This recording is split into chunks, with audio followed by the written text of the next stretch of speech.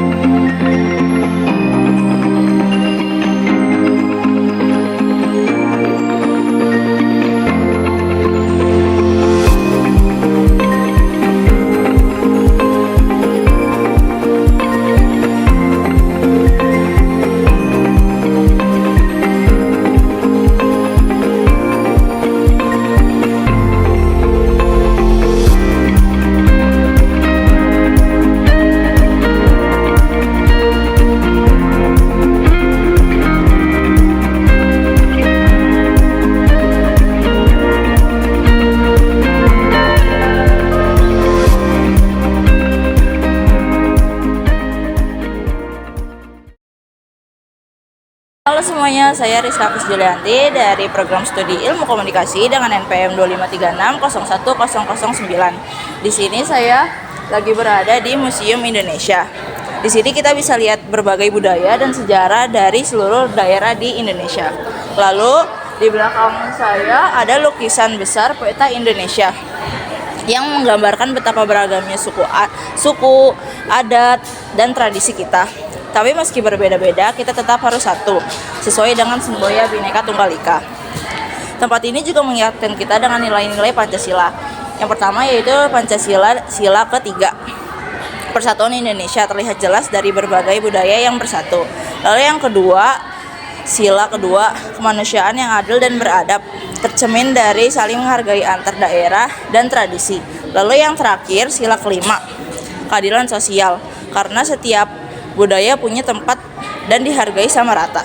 Museum Indonesia bukan cuma tempat belajar sejarah, tapi juga tempat kita mengenal jati diri, bangsa, dan menerapkan semangat Pancasila dalam kehidupan sehari-hari. Sekian dari saya, terima kasih.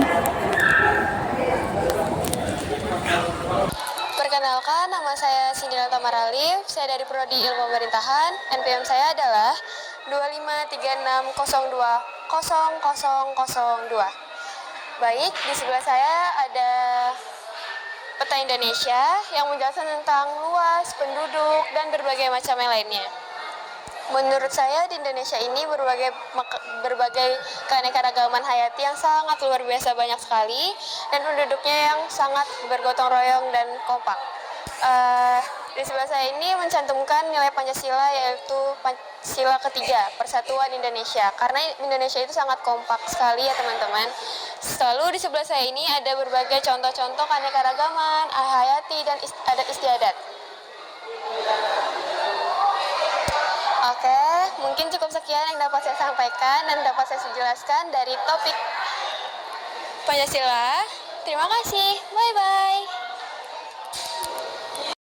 Assalamualaikum warahmatullahi wabarakatuh. Nama saya Alam Samja, saya dari Prodi Administrasi Bisnis. Saya akan menjelaskan manusia dan peradaban di Nusantara. Manusia itu yang panjang manusia di Nusantara. Kita akan menemukan sejarah yang terbanyak di antara pulau-pulau yang kita dalam membentuk peradaban yang kaya dan beragam. Mencerminkan jejak langkah manusia Nusantara dari masa lampau hingga saat ini. Tempat yang strategis dan menjadi Nusantara sebuah kehidupan yang mencepat dan sebagai tempat yang ideal untuk tumbuh dan berkembang. Anugerah ini merupakan kekayaan alam yang melimpah dan menyebabkan daya tarik yang tak terpatahkan bagi berbagai kelompok manusia yang ingin menjelajahi Nusantara. Karena manusia pertama semua 1,5 juta tahun yang lalu dan umur sampai sekitar 10.000 tahun yang lalu. Merupakan kisah yang tak terpisahkan dari manusia Nusantara. Mereka membawa budaya dan penawar yang menjadi bagian dari akar budaya Nusantara yang ada sekitar 4.000 tahun yang lalu, membawa pengetahuan baru yang rajin menang sangat kompleks dan kaya.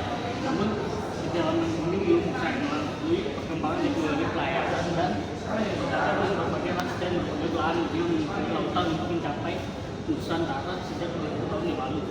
Percampuran dari berbagai ras ini melahirkan keragaman budaya dan pemahaman yang semakin dan tetap menang kehidupan utama di Indonesia.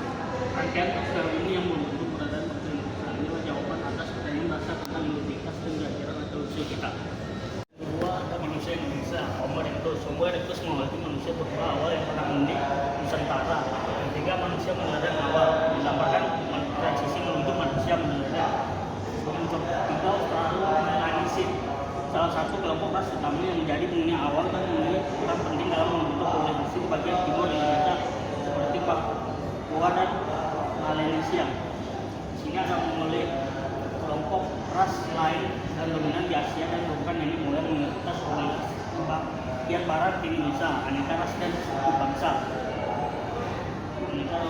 Maka hasil akhir dari pencabutan dan pengembangan ras-ras tersebut yang menghasilkan keragaman budaya, pakaian adat dan ciri-ciri fisik dari berbagai suku bangsa yang selalu ada di Indonesia. Halo, perkenalkan nama saya Igin Maharif Majar dari Prodi Teknik Sipil dengan NPM 25710550003. Saya di sini ingin menjelaskan keunikan dan capaian budaya. Keragaman bangsa ini diawali dengan beberapa kelompok ras yang datang berkembang dan hidup berdampingan di Nusantara. Temuan kerangka dua ras Australomelanesis dan ras Mongolit di Gua Harimau, Sumatera Selatan menjadi salah satu bukti bahwa bangsa ini dibangun dari keragaman. Kehebatan dan keterampilan para leluhur bangsa dalam menghadapi tantangan kehidupan di Nusantara menghasilkan berbagai karya-karya budaya unggulan. Berawal dari alat batu yang sederhana hingga kompleks dan goresan, pada kerang menunjukkan ekspresi seni tertua kelompok Homo erectus. Temuan gambar cerdas di gua bekas dengan sekitar 40.000 tahun lalu menjadi bukti bahwa para leluhur sudah mengenal elemen keindahan pembuatan perahu percadik sekitar 4.000 tahun yang lalu, menunjukkan kearifan dan pengetahuan nenek moyang terhadap laut. Kebudayaan megalitik mencerminkan adanya keyakinan dan kepercayaan terhadap kekuatan supranatural. Tinggalan bangunan Candi Borobudur pada abad ke-9 merupakan bukti masuknya agama Hindu dan Buddha di Nusantara. Akhir abad ke-13, agama Islam memasuki Nusantara, meninggalkan bentuk bangunan masjid yang masih mengakar dengan budaya lokal. Kehadiran bangsa Barat Nusantara ditunjukkan dengan bentuk bangunan yang memiliki ciri khas bangsa Eropa. Pada abad ke-20, keindonesiaan muncul. Masa ini dipenuhi dengan kehadiran simbol-simbol bangsa dan negara. Pasca kemerdekaan, Indonesia tampil sebagai bangsa yang memainkan peran penting di dunia. Capaian budaya Nusantara saat ini merupakan hasil perjalanan panjang dari kekayaan alam pikir dan keluasan wawasan pengetahuan. Perilaku ulet, tangguh, berani namun tetap antun merupakan nilai-nilai yang diwariskan para leluhur bangsa ini. Halo, saya Syagifa Ramadhani, mahasiswa program studi Ilmu Administrasi Bisnis dengan NPM 253611005. Di sini saya akan menjelaskan tentang budaya agraris, di mana budaya agraris itu merupakan suatu kehidupan bangsa Indonesia yang berbasis dengan petani. Nah, di belakang saya ini itu terlihat banyak banget penjelasan bagaimana kegiatan bertani itu bukan hanya sekedar mencari nafkah, tetapi kegiatan bertani ini itu memiliki banyak banget nilai-nilai seperti nilai spiritual bangsa, nilai tradisi maupun nilai budaya. Nah, di sini juga ada foto-foto yang menjelaskan orang lagi menanam padi, terus memanen padi, serta upacara adat seperti sedekah bumi atau pesta panen sebagai bentuk rasa syukur kepada Tuhan Yang Maha Esa. Nah, budaya agraris itu juga mengajarkan kita banyak banget tentang kerja keras, gotong royong, maupun rasa hormat terhadap alam. Segitu yang mungkin saya bisa jelaskan. Bye-bye semuanya. Halo semuanya, perkenalkan nama aku Novel Mika Putri Sirait dengan NPM 253080019 dari Prodi Ilmu Farmasi. Kali ini kita berada di pameran seni dengan tema simbolisme dan kekayaan spiritual dalam upacara keagamaan. Di antara koleksi tersebut juga terdapat topeng Hanuman, tokoh kera putih dalam kisah Ramayana, simbol keberanian, kesetiaan, dan pengabdian tanpa pamrih. Nilai-nilai ini mencerminkan semangat sila kedua, kemanusiaan yang adil dan beradab, serta sila ketiga, persatuan Indonesia.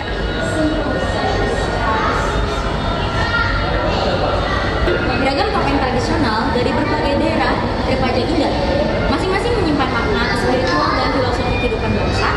Topeng-topeng ini menjadi simbol doa, perlindungan, dan kebaikan. Setiap topeng juga mengandung nilai-nilai spiritual yang mencerminkan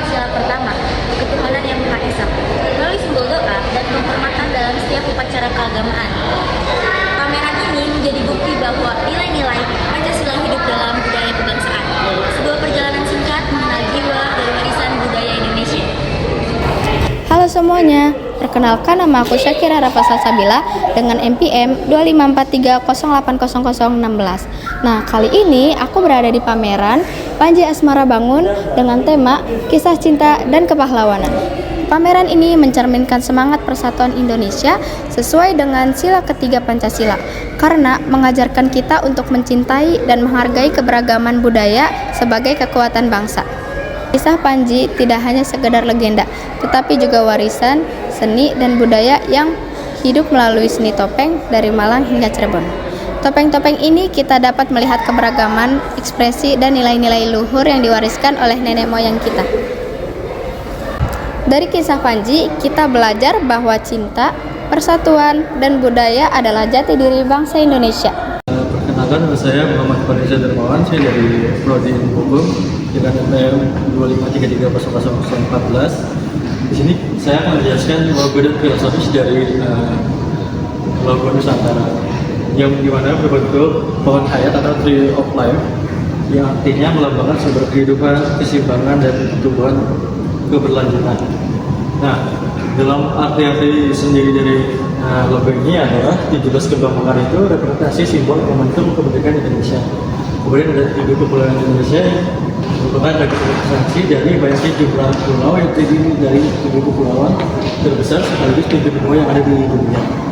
Kemudian heksagon lawang yaitu landasan bentuk logo yang diambil dari siluet heksagonal perisai talawang dari Kalimantan sebagai simbol pertahanan.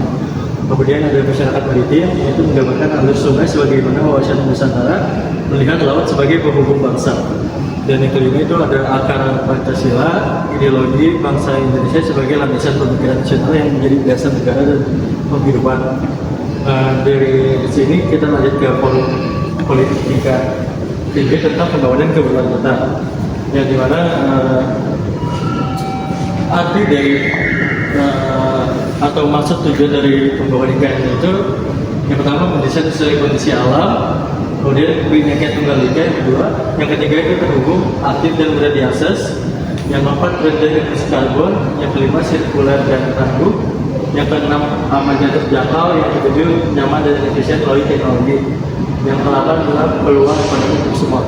Dan pentingnya Pancasila untuk kita semua yaitu agar pembangunan dan keberlanjutan bangsa tetap terjalin dengan baik, dan sebagaimana mestinya pengawalan Pancasila itu bisa mendukung dan mempercepat pembangunan nasional dan menjadi salah satu faktor penting dalam keberlanjutan. Mungkin itu sekian, terima kasih. Nama saya Muhammad Khosatul Zikri, saya dari Prodi Bisnis Digital dengan NPM 2536140007. Kali ini saya akan menjelaskan yaitu ibu kota yang merayakan alam Indonesia, yang dimana alam sebagai inspirasi desain ibu kota yang sensitif dan bersinergi dengan ekosistem alami, yang dimana transformasi melestarikan alam ini digunakan untuk pemanenan dan pengolahan air hujan, peningkatan keanekaragaman hayati dan juga konektivitas ekologi.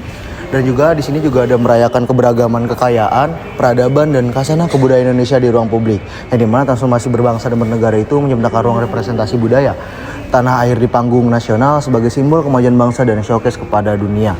Nah, selanjutnya kita bakal lanjut ke hunian berkualitas yang inklusif, cerdas, kolaboratif, kompak dan berbasis pada 10-minute city. Yang dimana di sini tuh transformasi bermukim menciptakan kawasan hunian kompak berorientasi transit. Yang dimana desain hunian ini inklusif berbasis komunitas, memberi ruang kolaborasi warga, mengedepankan lingkungan, lalu hunian sehat bagi aktivitas tinggal, bekerja, bermain dan belajar. Dan selanjutnya di sini juga ada mobilitas hijau berorientasi kepada pejalan kaki, pesepeda dan transportasi publik yang terintegrasi, yaitu di mana transformasi bermobilisasi ini melalui desain kota 10 menit berorientasi manusia dan berbasis transit dengan sistem transportasi andal, bertaraf internasional dan future ready. Oke, dan yang terakhir di sini ada kompleks pemerintahan yang terkonsolidasi, yang dimana transformasi ini bekerja menciptakan ekosistem kerja yang kolaboratif, yang efisien dan fleksibel melalui desain kantor pemerintahan berperforma tinggi, ramah lingkungan dan terintegrasi. Nah, di bagian saya ini termasuk ke sila kedua dan juga sila kelima, yang dimana ini merupakan keadilan bagi alam dan juga manusia yang melakukan jalan kaki dan juga menggunakan transportasi umum. Sekian dari saya. Assalamualaikum warahmatullahi wabarakatuh. Perkenalkan, nama saya Ardi Kurnia Ramadan dari Prodi Informatika dengan NIM 25711500006. Kali ini saya akan membawakan materi mengenai kota dunia untuk semua, yaitu tentang perkembangan IKN. Seperti yang kita tahu, di kota dunia untuk semua ini merupakan filosofi IKN yang mengartikan IKN ingin menjadi kota yang terbuka, inklusif, dan layak huni untuk semua kalangan, bukan hanya pusat pemerintah elit. Visi ini juga menekankan pemerataan pembangunan Indonesia tidak boleh lagi berpusat hanya di Jawa. Dengan IKN diharapkan pola pembangunan bergeser ke arah Indonesia sentris, bukan Jawa sentris. Oke, lalu tahapan penahapan pembangunan Ibu Kota Nusantara. Bagian sini menampilkan timeline pembangunan yang menggambarkan IKN dibangun secara bertahap dan berkelanjutan, bukan proyek instan. Maknanya, pembangunan IKN adalah investasi masa depan bangsa yang memiliki fokus berbeda dari infrastruktur dasar dan pemerintahan dan kota berkelas dunia. Di tahun 2045 menjadi simbol 100 tahun Indonesia merdeka, dan IKN diharapkan sudah matang menjadi kota kelas dunia. Lalu di bagian sini ada peta pembagian wilayah perencanaan, menunjukkan lokasi strategisnya di daerah Kalimantan Timur yang menggambarkan konsep geopolitik dan keseimbangan nasional. Lokasinya itu berada di tengah Indonesia, simbol pemerataan dan dikelilingi alam dan hutan sesuai dengan visi kota hijau. Oke, mungkin segitu saja yang bisa saya sampaikan. Secara keseluruhan, materi ini itu bukan sekedar peta atau grafik, tetapi manifesto visi Indonesia 2045 IKN yang dirancang untuk menjadi simbol peradaban baru Indonesia yang modern, hijau, dan berkeadilan. Sekian.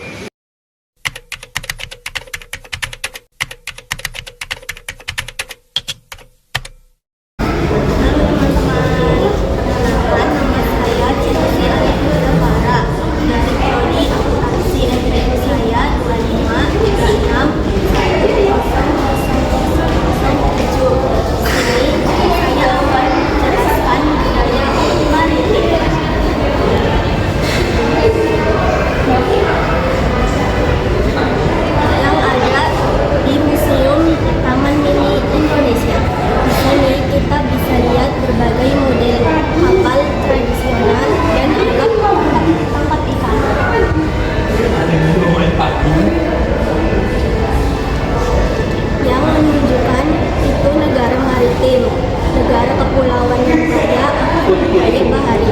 Selain itu, ada juga berbagai rumah adat dari seluruh Nusantara yang menggambarkan keragaman suku dan budaya bangsa kita.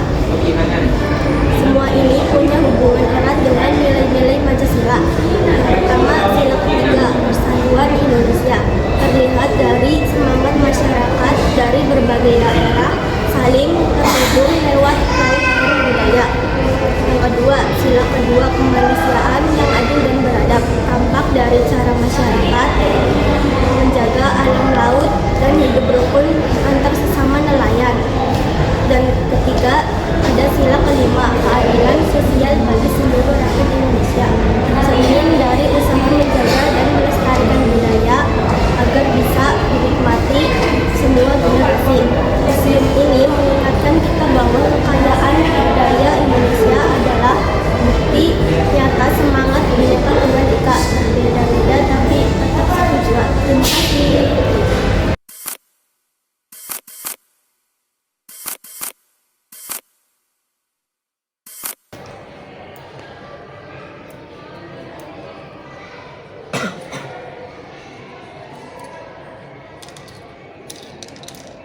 Nggak bisa Cuk, udah kosong. Ini lucu banget. Harganya berapa? Tenang dong ya.